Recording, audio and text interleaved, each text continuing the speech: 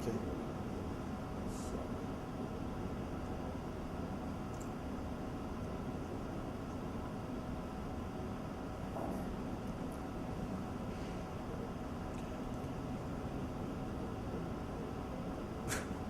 Okay, I'll change it. I put some previous IP here, so I'll change because they changed. Let me try here.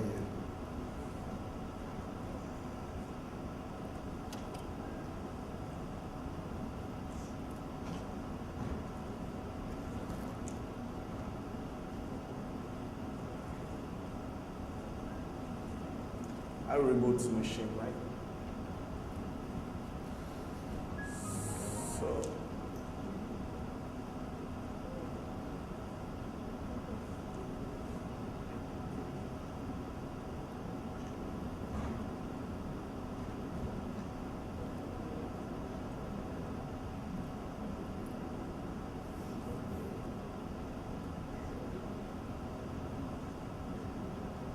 Okay, while it's rebooting, I will show you, I will talk about this stuff. So continuing, or it was to continue.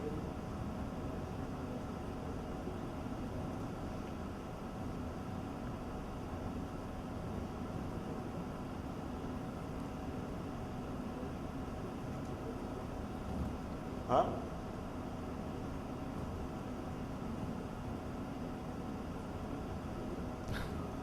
So that nothing wanna works with me here. So the next one, I will show all demos in the final, right? So the next one is about privilege escalation. So we have a brute force online that we can brute force with Hydra that I didn't put there, but we can do a brute force with Hydra. I put here brute force offline, but I don't think so that it's necessary, because if you have the hashes, or if you have the password encrypted, you can bring to somewhere else and crack from there. It doesn't necessarily do that with your cell phone.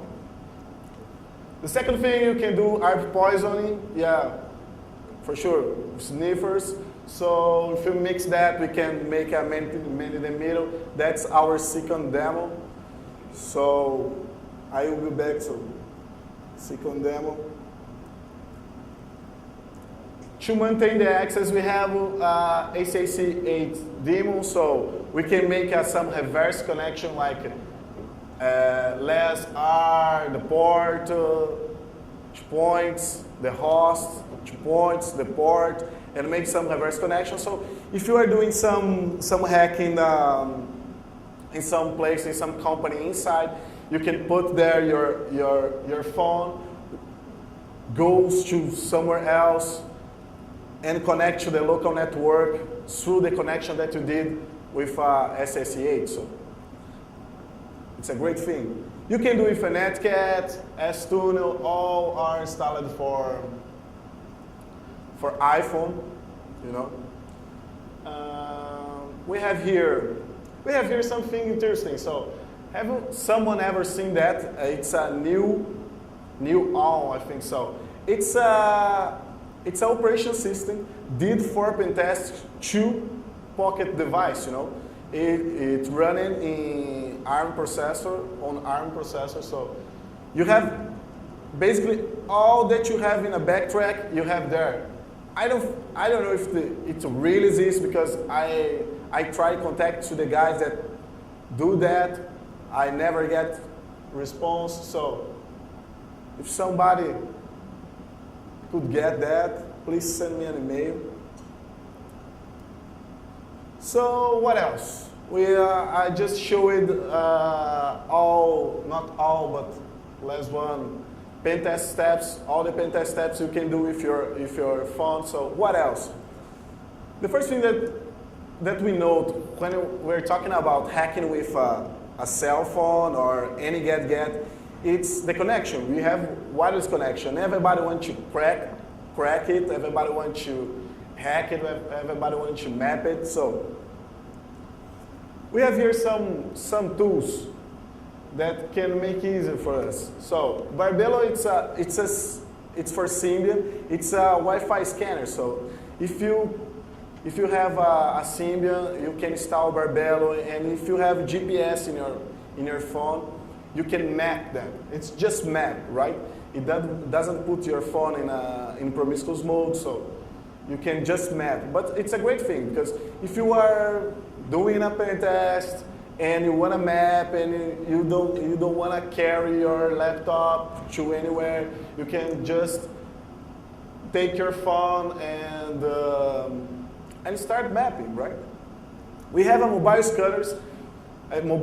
That's a good thing. I didn't try. I just read something about and took some screenshots for showing. It put your cell phone in promiscuous mode, so you can collect data. After collect data, you can crack it. Crack it's not a big problem because you can run air crack easily. You can just run arrow dump, right? We have a Silica. It's a device from Immunity, like that, like a cell phone. It's a common device. It's quite expensive, so you can dump and you can crack with it. So for sure, there must be more things that it can do, but I don't know. I don't know just about that. We have some screenshots from Barbello and mobile scanner. As you can see here, we have all traffic in a mobile scanner, and Barbello we have mapping and saying to you which encryption is. It's quite interesting. It's a mobile sniffer because it's a mobile sniffer for that name, and because the promiscuous mode, right? The other thing interesting about hacking with cell phones, it's about Bluetooth attacks.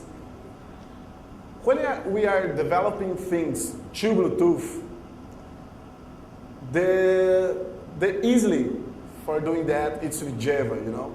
If you're doing with Java, we have all API for doing that. We don't have to know the device. We don't have to know any low information about your Bluetooth device.